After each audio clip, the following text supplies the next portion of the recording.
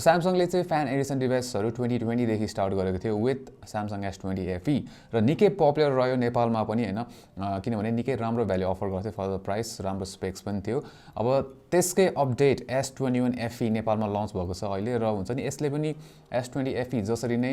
थोरै प्राइसमा चाहिँ फ्ल्यागशिप लाइक एक्सपिरियन्स चाहिँ अफर गर्न खोजिरहेको छ अब S20 FE जतिको सक्सेसफुल भएको छ कि छैन त यो पुरै भिडियो हेर्सकेपछि तपाईले त्यो चाहिँ डेफिनेटली थाहा पाउनुहुन्छ र आफै डिसाइड गर्न सक्नुहुन्छ सो फर्स्टमा चाहिँ प्राइसबाट स्टार्ट गरौँ अब यो चाहिँ 8 256 GB भेरिएन्टमा अवेलेबल छ नेपालमा र प्राइस स्टार्ट हुन्छ 89999 बाट 90000 नै भनौँ हैन त्यसैगरी अब यो हुन्छ नि यसको डिजाइन ओभरअल हेर्ने हो भने S21 जस्तो नै देखिन्छ अब S21 भन्दा साइजमा चाहिँ हल्का अलिकति ठुलो देखिन्छ यो हैन अब त्यसको जुन ओभरअल डिजाइन छ जस्तै साइड फ्रेममा एल्युमिनियम नै युज हुन्छ र प्लास्टिक ब्याक नै हो तर मटेरियल चाहिँ हल्का हुन्छ नि अलिकति लो क्वालिटीको जस्तो लाग्यो मलाई कम्पेयर टु S21 प्लस जुन यो क्यामेरा मोड्युल छ हेर्दाखेरि चाहिँ S21 जस्तो नै देखिन्छ तर जुन S21 मा चाहिँ साइड फ्रेम र क्यामेरा मोड्युल ब्लेन्ड हुन्थ्यो भन्दा मजाले हैन यसमा चाहिँ ब्लेन्ड हुँदैन ठ्याक्क छुटिएको जस्तो देखिन्छ है सो त्यो एउटा डिफरेन्स भेटिन सकिन्छ त्यसरी अगाडिपट्टि हेर्ने हो भने चाहिँ अब पन्चोल भइहाल्यो र बेजल्सहरु हल्का थिन भएको छ कम्पेयर टु S20 FE तर त्यति नोटिसेबल छैन त्यसैगरी पोर्ट्स एन्ड बटन्सको कुरा गर्ने हो भने नि सेम S21 जस्तो लेआउट दिएको छ हैन अब यो साइडमा हामीले भोल्युम बटन र पावर बटन पाउँछौं त्यसैगरी तलपट्टि चाहिँ सिम स्लट त्यसैगरी माइक्रोफोन USB टाइप C र स्पिकर चाहिँ माथिपट्टि पनि एउटा छ हैन एयरपिस अर्को चाहिँ स्पिकर जस्तो काम गर्छ सो स्टेरियो स्पिकर भयो र स्पिकरको क्वालिटीको कुरा गर्ने हो भने राम्रो छ मजाले पुग्छ लाउडनेस राम्रो छ है त्यसैगरी क्ल्यारिटी पनि इट्स गुड अब एकदमै खतरा चाहिँ छैन तर इट्स गुड इनफ है लाइक यो प्राइसको लागि ठिकै छ त्यसैगरी अब यसमा चाहिँ हामीले IP68 रेटिङ पनि पाउँछौं जस्ट लाइक S21 र S20 FE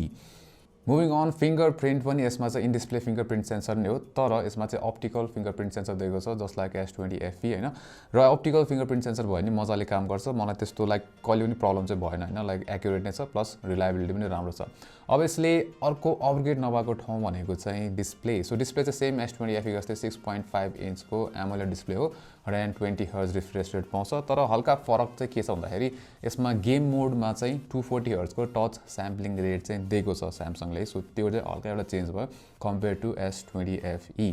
अब डिस्प्लेमा अर्को कुरा गर्ने हो भने चाहिँ जुन लाइक ब्राइटनेसहरु छ हैन त्यो मोर देन गुड इनफ तपाईले बाहिर आउटडोर्समा चलाउँदाखेरि इट्स भेरी गुड त्यसैगरी हुन्छ नि साइड बाइ साइड S21 सँग राख्ने हो भने खासै डिफरेन्स चाहिँ पाउँदैन के सो जुन कलर क्वालिटीहरु छ कलर रिप्रोडक्सन त्यो पनि राम्रो छ अब HDR सपोर्ट पनि छ है सो नेटफ्लिक्स हेर्नुहुन्छ नि तपाईले HDR सपोर्ट पनि पाउनुहुन्छ so overall panel quality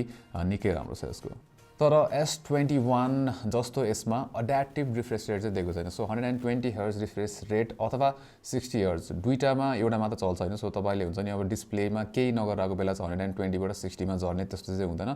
game खेलेको बेला अर क्यामेरा एप चलाएको बेला मात्र 60 Hz मा ड्रप हुन्छ 120 Hz मा छ भने नत्र एडाप्टिभ चाहिँ छैन यसको डिस्प्ले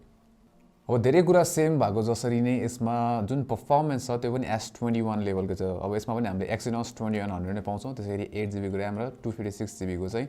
मेमोरी पाउँछौं हैन अब जुन डे टु डे युजेस हुन्छ हामीले एपहरु युज गर्ने त्यसैगरी अब मल्टी विन्डोमै एप चलाउनु हुन्छ भने पनि हुन्छ नि स्मूथ छ लाइक कुनै पनि मैले अहिलेसम्म ल्याग्सहरु भेटेको छैन हैन सेम परफर्मेन्स लेभल S21 को जस्तो नै छ त्यसैगरी अब गेमिङमा पनि यसको राम्रो छ गेमिङमा चाहिँ मैले यसमा कल अफ ड्युटी र PUBG मोबाइल टेस्ट गरेको थिएँ अब S20 FE Exynos भेरिएन्टबाट चाहिँ राम्रो अपग्रेड पाउँछ परफर्मेन्समा अब PUBG mobile HDR graphics high FPS सेटिङ्समा खेल्न मिल्छ भने एक्सट्रिम FPS को लागि चाहिँ स्मूथमा खेल्न पर्ने हुन्छ र यस सेटिङमा चाहिँ हामीले 59.5 को एभरेज FPS पाएको थियौं है ड्रप्सहरु पनि त्यति नोटिसेबल थिएन अब त्यसैगरी कल अफ ड्युटी मोबाइलमा पनि हामीले एभरेज FPS 58.3 थियो थोरै FPS ड्रप्सहरु देखिन्छ यसमा र 30 मिनेट्स खेलिसकेपछि चाहिँ एभरेज FPS मा हल्का ड्रप भएको थियो है जुन चाहिँ Exynos चिपसेटमा चाहिँ नर्मल नै हो सो अलिकति धेरै स्ट्रेसमा परेपछि चाहिँ जुन Exynos चिपसेट छ त्यसको परफर्मेन्समा चाहिँ हामीले हल्का ड्रप हुन सक्छौं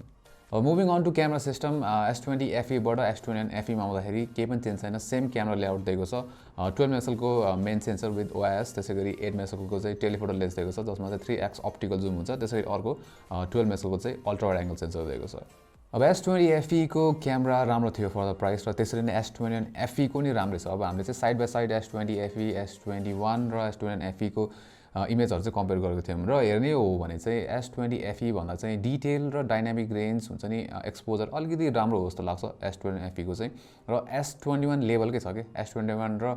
जुन S21 FE छ त्यसको चाहिँ हुन्छ नि कम्पेरेबल छ है साइड बाइ साइड हेर्नु त्यति डिफरेन्स देखिन्न र कलर प्रोफाइल पनि मिल्न जान्छ S21 सँग S20 FE को चाहिँ हल्का डिफरेन्ट छ यिनीहरुको भन्दा सो ओभरअल जुन फोटो छ मेन क्यामेराबाट त्यसको मलाई लाइक डायनामिक रेन्ज त्यसैगरी एक्सपोजर र डिटेल चाहिँ राम्रो लाग्यो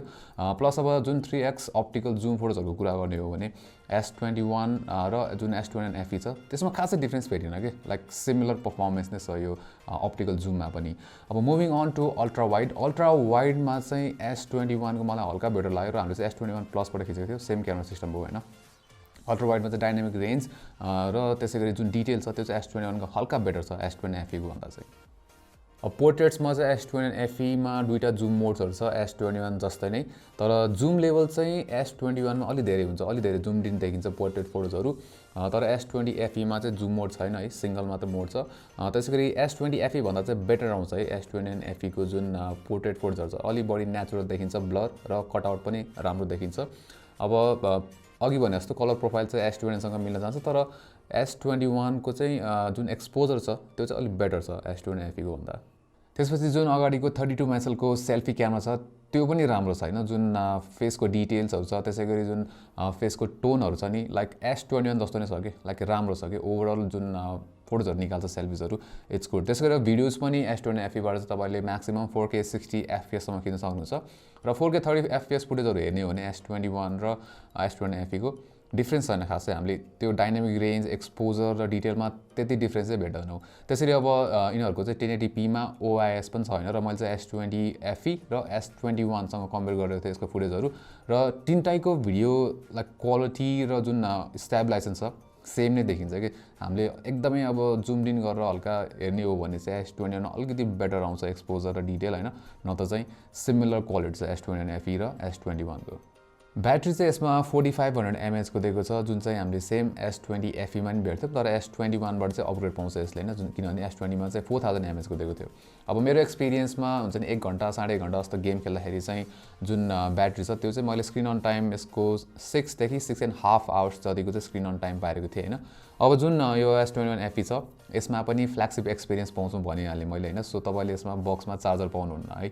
केबल मात्र पाउनुहुन्छ र तर यसले चार्जिङ चाहिँ 25 वाट फास्ट चार्जिङ सपोर्ट गर्छ जसले चाहिँ हुन्छ नि 0 to 50 सम्म चाहिँ 30 मिनेट्समा लान सक्छ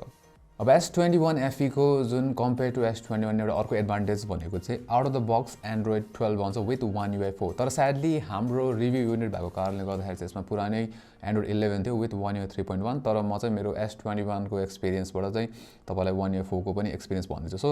One UI 4 मा चाहिँ हुन्छ नि लाइक सेम एक्सपिरियन्स हो तर हल्का कस्टमाइजिङको लागि बढी अप्सन्सहरु दिएको छ जस्तै वालपेपर बेस्ड थिम्सहरु हैन सो तपाईको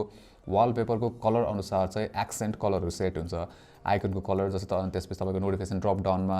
जुन ब्राइटनेस स्लाइडर हुन्छ त्यसको कलर चाहिँ चेन्ज हुन्छ अकर्डिङ टु वालपेपरको कलर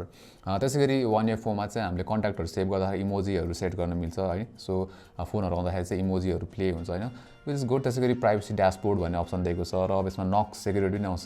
र One UI 4 मा अर्को चेन्ज भनेको चाहिँ क्यामेरा UI मा आउँछ अझै बढी सिम्पलिस्टिक मिनिमलिस्टिक बनाएको छ र हुन्छ नि युजर फ्रेन्डली बनाएको छ र हेर्दाखेरि पनि अलिक बेटर देखिन्छ जुन कम्पेयर टु One UI 3 को कम्पेरिजनमा मलाई चाहिँ बेटर लाग्यो क्यामेरा UI पनि